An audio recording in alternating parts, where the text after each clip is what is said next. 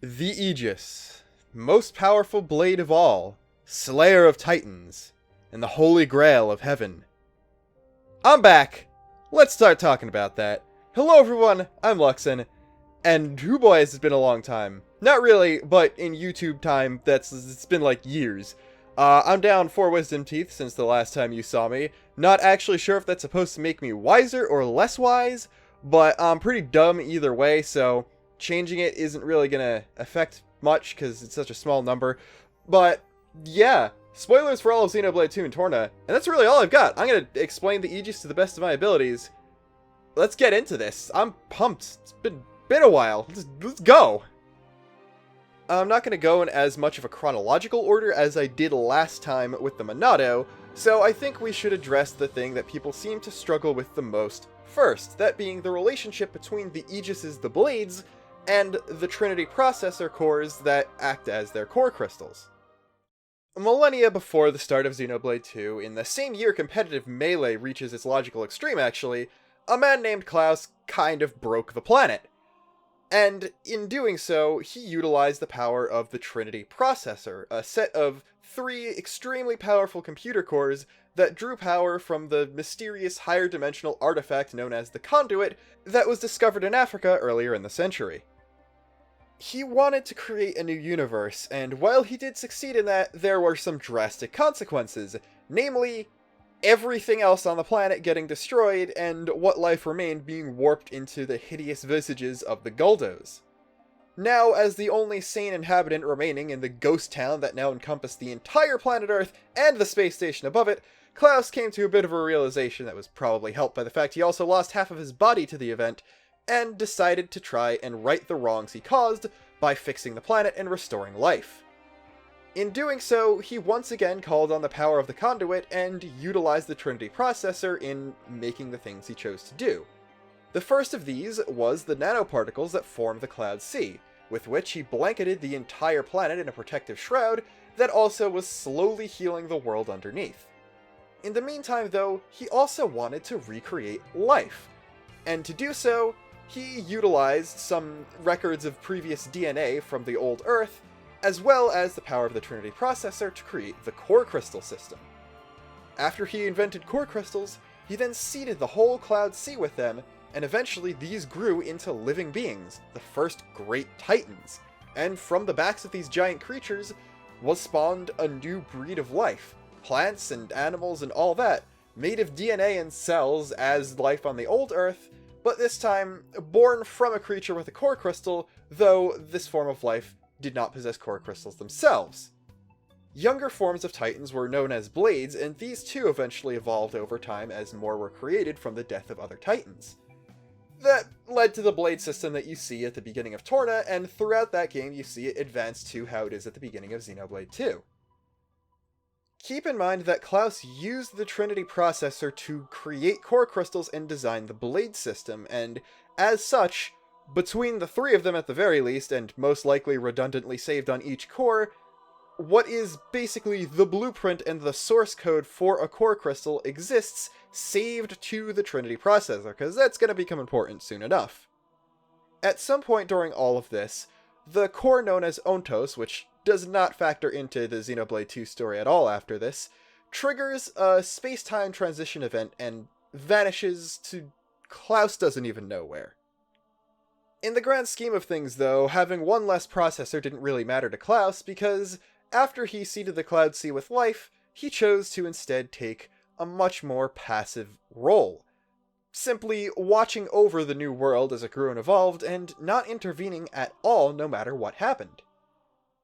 Eventually, 500 years prior to the start of Xenoblade 2, and only a few years prior to the start of Torna, Amalthus climbed the world tree seeking the architect and seeking answers. He somehow managed to make his way all the way to Elysium, and when he got there, he discovered the pedestal in which were set the 2 remaining Trinity processor cores, Logos and Pneuma. He did not encounter Klaus, and Klaus did not stop him while he was up there, and for some reason Amalthus thought they were core crystals, even though they looked nothing like the other core crystals, which are all blue D8s, but whatever, and basically took them down, down the tree, back to Indal, as proof that he'd actually made it to the World Tree and found Elysium. Eventually, Amalthus's ambition got the better of him, and he attempted to awaken the purple processor known as Logos, though of course he did not know its actual name. Now, since he thought it was a core crystal, and attempted to awaken it like a core crystal, and we know, because he's also the driver of Minoth, that he was likely a driver before he awakened Malice, he was actually able to tap into the saved data of how to make a core crystal inside the Logos processor, and, well, successfully pull Malice out of it.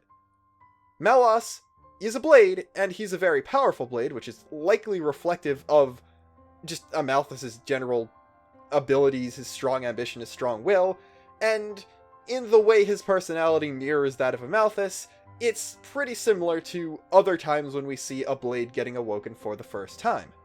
Now, here comes the very crucial step. It's extremely likely that the Trinity processor, and probably all three cores separately, possessed some sort of AI personality when they were originally used on the first low-orbit station, Rhadamanthus. It's just, you can't have that powerful of a device that's able to utilize the abilities of a construct that's so unbelievably powerful it doesn't even fully exist in our dimension, without it having some sort of autonomy, if not necessarily a personality. That is not the same thing as the personality of Malice and later the Pneumocore crystal. Malice is the Logos processor awakened in the form of a blade. His personality was formed from Amalthus imprinting on him when he chose to awaken it, from that core crystal data stored in the processor, and not the original AI of the processor itself. Malice is Logos, he has access to anything Logos could do, but he's not the original mind, basically. It's not just, oh, if Logos the processor decided to grow a body, it wouldn't be Malice. Malice is influenced by his driver like any other blade would. And while, yeah, he's a pretty powerful blade just in terms of regular capabilities, he also has the benefit of still being hooked up to the conduit. So not only can he call on its power to do some ridiculous things that no other normal blade could do, but he also has access to several artifices. Extremely powerful mechs that were also hooked up to the conduit to give them infinite energy, that it seems the Logos processor was in charge of controlling and overseeing back when it was part of the low orbit station. And of course, it's with these artifices, the gargoyles, and most significantly his Black Siren, that he began wreaking havoc on the world of Allrest. This, of course, leads to the events of Torna the Golden Country and a few flashbacks we see in the main game.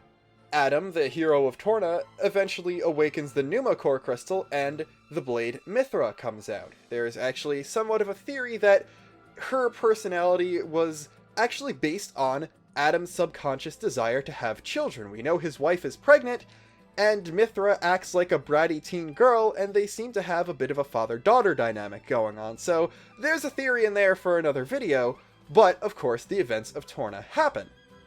Adam does not mesh very well with Mithra, and since Malice isn't fighting with his driver at all, and just naturally was more powerful because of Amalthus's willpower compared to Adam's, Adam is a very reluctant hero for pretty much the entire game, so that does make sense. And then in the final battle, we see her driven to an emotional extreme. So much so that her sword actually transforms slightly. It seems like this is some sort of emotional resonance with Adam. They're both feeling the exact same thing, and they're on the same wavelength for the first time in ever, basically. But Adam still isn't able to use the power of this advanced sword, so Mithra has to take it herself, and that's why the huge epic fight scene that's the climax of Torna is mostly just a cutscene, even though it's still a really cool cutscene. Then, of course, the ending happens. Seeing in her rampage that she accidentally killed Milton, Mithra breaks down completely and draws herself back to the recesses of her mind, creating a new personality and a new body, that being Pyra, possibly subconsciously based off of Jin, that's another thing for another video, who then takes over. Adam seals away the third sword, which very, very likely is not only just a physical weapon, but also some sort of memory storing device that Mithra actively split off the memory or the code that allowed her to pull that sword out and stuck it into a different place, so basically an external hard drive, and took it out of her body so she couldn't even accidentally use it again, which is why that sword and Pyra were sealed in different places. It's a bit weird how the Pneuma Aegis has 3 transformations, but the Logos one only has 1, that being Malice. Well, I don't think it's too big of a suspension of disbelief to think that Mithra, in her heightened emotional state, with that much conduit power coursing through her, keep in mind, she was more powerful than Malice in that final fight, so that partially ascended state is pretty strong. And we know that the Pneuma Aegis can do a lot of things in her true form, including literal reality warping, so kind of backing myself up here. But remember, she is a computer core at heart. She has her own personality, her own thoughts, her own desires, but she also has a computer in her. It's basically her heart. And what can computers do? You can create a new user, you can create a new folder. There are a ton of metaphors here, but basically, Mithra used some degree of reality warping power, or somehow backdooring her way into the underlying code of the Pneuma core, and used the same blade data to create another blade, being Pyra. Pyra is a fire blade, an element that is much more common than Mithra's light or even Malice's darkness. And also, by design, Mithra subconsciously not wanting to hurt people again, she is much, much weaker than those two. It's pretty obvious that without the third sword, Malice on his own is more powerful than Mithra on her own. There is a substantial gap there. The gap between Mithra and Pyra is much, much greater even than that. For the most part, Pyra is also locked out of the conduit or Radamanthus-related things that Mithra can do, again, accidentally, but also intentionally to avoid breaking free and hurting people. Her fire comes still from Mithra's light refined to a flame or something, so it can't get put out by water because it's really just some sort of crystallized conduit energy thing, and she does claim to have the ability to control Ophion herself, not as Mithra before Mithra is even revealed, so it might be that she was granted permission to use Ophion and Ophion only, but it takes an extreme force of will in an extremely tense situation, at a point when she's been with Rex for so long where all they need is the third sword to achieve their ascended state, for her to even barely use Siren, so it doesn't seem likely that she was directly given that ability. Of course, Pyra sealed away, 500 years pass, Malice comes back, and Xenoblade 2 begins. I'm not going to go too in-depth into most things that happen throughout the story, because with the explanation I've given so far, I think a lot of it starts to fit into place. The Dream Elysium, well, a computer that oversaw the space station Elysium was on would have records of what Elysium's supposed to look like. That kind of makes sense.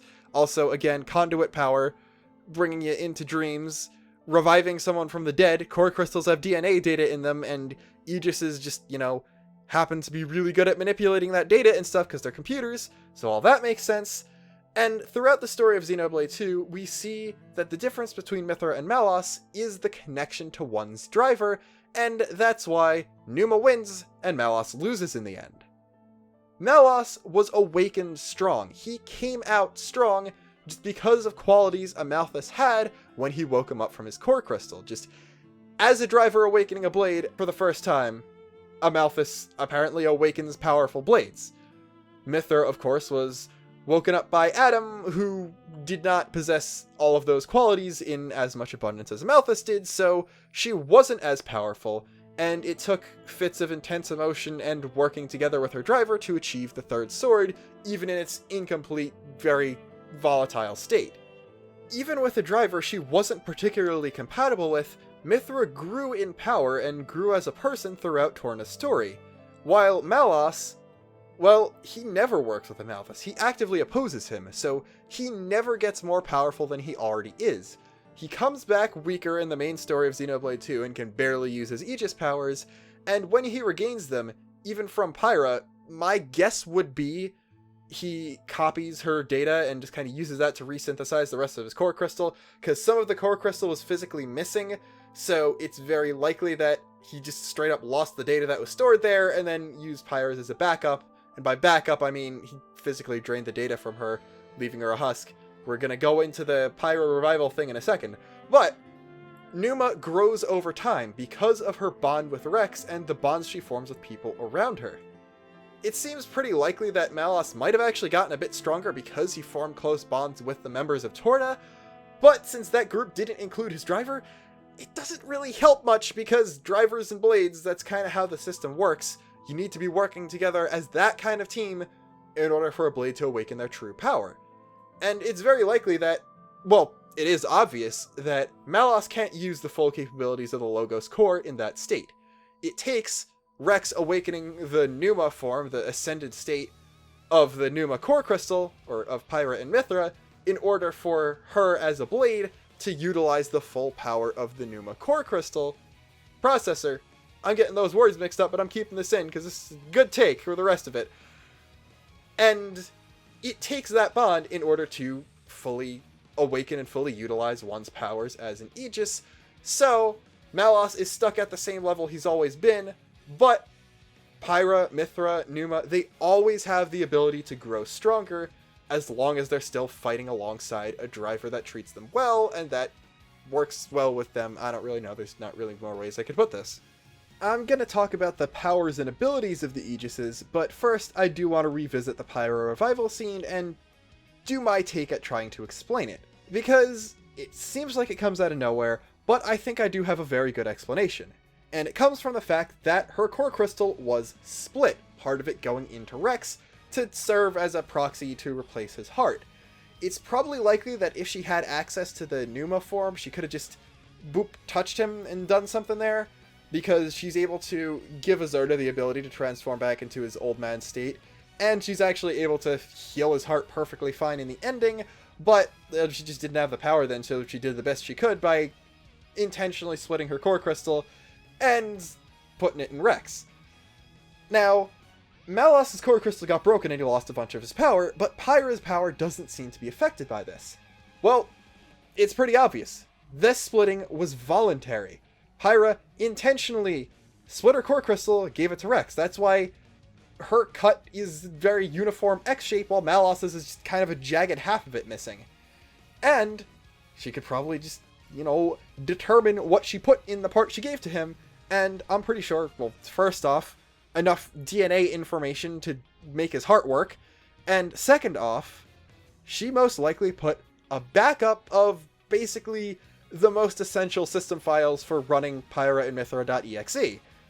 And through this link somehow, obviously they can share pain and all that stuff, but this is also the reason that she was able to come back at the end of Chapter 7. I already mentioned how I thought that the third sword stored in Elpis was basically some sort of external hard drive that contained the data to tap into that higher amount of conduit power and access the same ascended state, pulling out the third sword that she used at the end of Torna. And it makes sense then why the sword disappears when Rex grabs it. It disappears, but its data goes into him because he has part of that core crystal in him. That makes sense to me. And then he comes back and gets back closer to Pyra's body. This is key. They can only fight together as driver and blade when they're close to one another, because that's just how the bond works. And it's pretty likely that while they can share pain from any distance, directly transferring data, they need to be pretty close enough to have a driver and blade bond. So, when Rex does a really impassioned speech, when his core crystal has the backup files for Pyra and Mithra, and the file for doing the Numa thing, gets transferred to the other half of the core crystal in the seemingly dead girl, and then, wow, there she goes. She's back to life. Also, she's willing to talk to Rex and being like, hey, you wanna be really strong? And then he's like, yeah, and then they become really strong. That's my take on that. It's basically Rex doing a backup on the core crystal, on the Numa processor, and that's how she was able to come back. I feel like the leap in logic in that is about as big as the leap in logic of the third sword was an external hard drive that contained the ability to turn into the Numa form. So, if you could buy one of them, it's my guess that you could buy both, and you agree with this theory. Lastly, let's talk about powers quickly. Here's the part where I would launch into some huge super detailed explanation about the Aegis swords themselves, except for the fact that other than their designs intentionally harkening back to the Monado, because Aegises and Shulk share similar powers, there's nothing too interesting about them. They're swords, yeah, but other than that, they're pretty much just normal blade weapons. Pyra and Mithra's swords both get destroyed once during the main story, and we also see Mithra dismiss the third sword and Malice dismiss his Monado in the final battle in Torna, just kind of sending him out of existence like blades can do, and obviously they'd have to summon them back to use them later. Plus, Malice wasn't able to summon his weapon at the beginning of the main story, and then he just kind of has it later on in Chapter 7, so he had to get it out of somewhere. They're normal blade weapons. Malice's, of course, literally is a Monado, having the extended light blade, the art ring, and even different symbols appearing on the blade when he uses one of the several Monado arts he has access to. And while, yeah, that may have some meta implications that I'll talk about in the next video, it's really just a way of him expressing the extreme power he's granted by the Conduit. In terms of additional powers beyond that of being an extremely strong blade, Mithra and Malice specifically have an extreme destructive power. Mithra can call on photons in specific ways and manipulate them to do some ridiculous things. She can temporarily blitz herself around at the speed of light when she uses one of her specials, and her and Adam's level 4 is called Hadron Impact, which is a specific type of elementary particle and does not use Siren, so she's able to create and manipulate hadrons to some small degree on her own. But, of course, in general, probably because she's weaker than Malice, she has to rely on Siren for a lot of her more powerful, more destructive attacks. Malice, on the other hand, at the height of his power, can do some short-range teleportation, which might also just be his version of light speed. He can use multiple Monado arts, a lot of which are just clones of Shulks that are retooled for a Xenoblade 2 setting, which is likely just him being able to manipulate ether, which is also a thing that exists in the Xenoblade 2 universe, probably spread around the world either just by Klaus doing things or by the Conduit incident, and he can manipulate ether in certain ways, and he just does that to pull off certain extremely powerful arts. They're just stronger versions of normal abilities any other blade would have. But he also displays this destructive ability that is able to disintegrate things, including organic material like blade weapons. We never really see him disintegrate a living being, but blade weapons are kind of made out of the same stuff as blades, and he nukes Pandoria's sword pretty easily, so it's probably pretty dangerous if it comes in contact with a physical being. Not really sure what this is. It could be some virusy thing, it could be something that's just set to destroy all organic material besides Malice himself. It could even be some form of antimatter, and it could very possibly be that because he erases a good chunk of the floor in that one room where you fight him in, but it's hard to tell if it's his energy doing that, or if it's just the explosion he also causes that blew a hole in it. But it's a pretty perfect circle, so I'm actually kind of leaning towards the antimatter theory. Antimatter, of course, being a form of matter that is the exact opposite from the matter we're made of in terms of electric charge, and when a particle and the anti-version of it interact, they explode into energy and light, which is sort of what we see in the game. The last thing to talk about is the power of Pneuma. Now, this is a core of the Trinity processor acting at full power. No holds barred, this is what 1/3 of the processor can do, no exceptions. While, yeah, Rex doesn't utilize this to its full capability in-game, we are given a hint in a tutorial that she can make anything you imagine seem real. That is some high-tier reality warping, and obviously since Rex just didn't instantly warp the world into a state of peace, he either is too dumb to think about it, which I'm pretty sure he wouldn't be since that is what he's been dreaming for the entire time, or it's extremely powerful but has its limitations. These don't include accelerating Rex to light speed, which she does pretty easily the first time she's awakened, and she can form a wormhole to launch Siren's beam at her sword while it's outside. That's pretty cool. And yeah, creating wormholes is something that science hasn't even figured out how to do really, and it could involve creating a small black hole, so that takes a lot of energy.